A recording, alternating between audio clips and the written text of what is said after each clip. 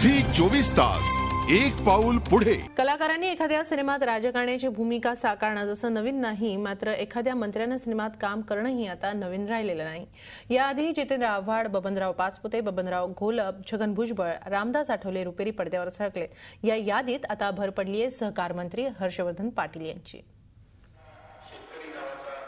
हे दृश्य पाहिल्यावर तुम्हाला आश्चर्य वाटणार नाही, कारण संसदीय कामकाज मंत्री आणि सहकार मंत्री पदाची धुरा सांभाळणारे हर्षवर्धन पाटील यांना आपण बऱ्याच वेळा टेलिव्हिजनवर पाहिलंय।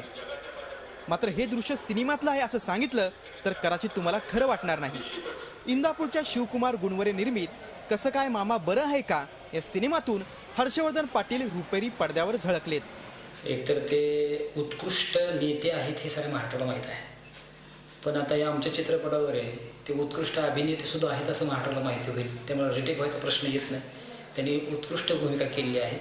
महत्त्वाचं म्हणजे शेती कशी चांगली आहे हे पटवून देण्याची संधी त्यांनी इथंही सोडली नाही। पिक्चरच्या उद्घाटनासाठी आले तर आम्ही त्यांना डायरेक्ट विचारलं असं का त्यांनी शेतकऱ्यावर हे पिक्चर आहे, खरं ते शेतकरी प्रेमाचे आहेत आणि शेतकऱ्यावर हे पिक्चर आहे, थीम चांगली आहे आणि काहीतरी शेतकऱ्यांना चांगला मेसेज जाईल महाराष्ट्रामधल्या, हा उद्देश त्यांनी समोर ठेवून ते भूमिकेला तिथे हो।